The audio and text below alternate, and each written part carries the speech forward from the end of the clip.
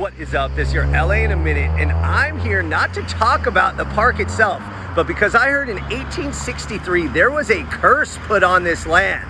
Now, it's undeniable that there's been some serious misfortune to take place at Griffith Park in the last 159 years, but is it really a curse? Let's look into it. First, some background. For thousands of years, the land belonged to the native Gabrielino or Tongva people.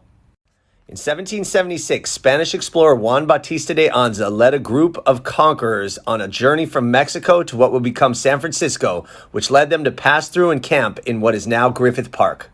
The Gabrielino Tongva people showed these explorers where to find potable water, and they were subsequently enslaved to build the San Fernando Mission, which in my mind would be curse enough, but that's not the actual curse.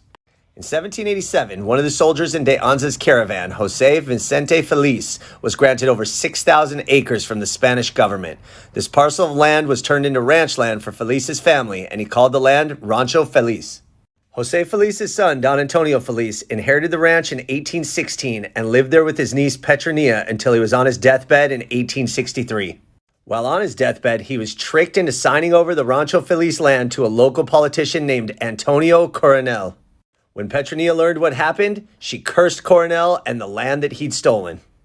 Coronel was actually shook by the curse, and he ended up giving his share of the land to his lawyer, who died of a gunshot wound shortly thereafter. The property was sold to a man named Leon Lucky Baldwin, who worked on the land but found that his cattle grew sick and his crops were struck with blight.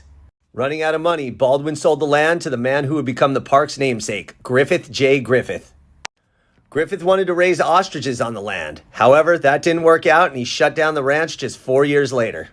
In 1896, Griffith donated the cursed land to the city of Los Angeles. The curse may have lived on with the Griffith family, however, as in 1903, he shot his wife Tina in the face. She did live, and Griffith did serve a whole 2 years in jail.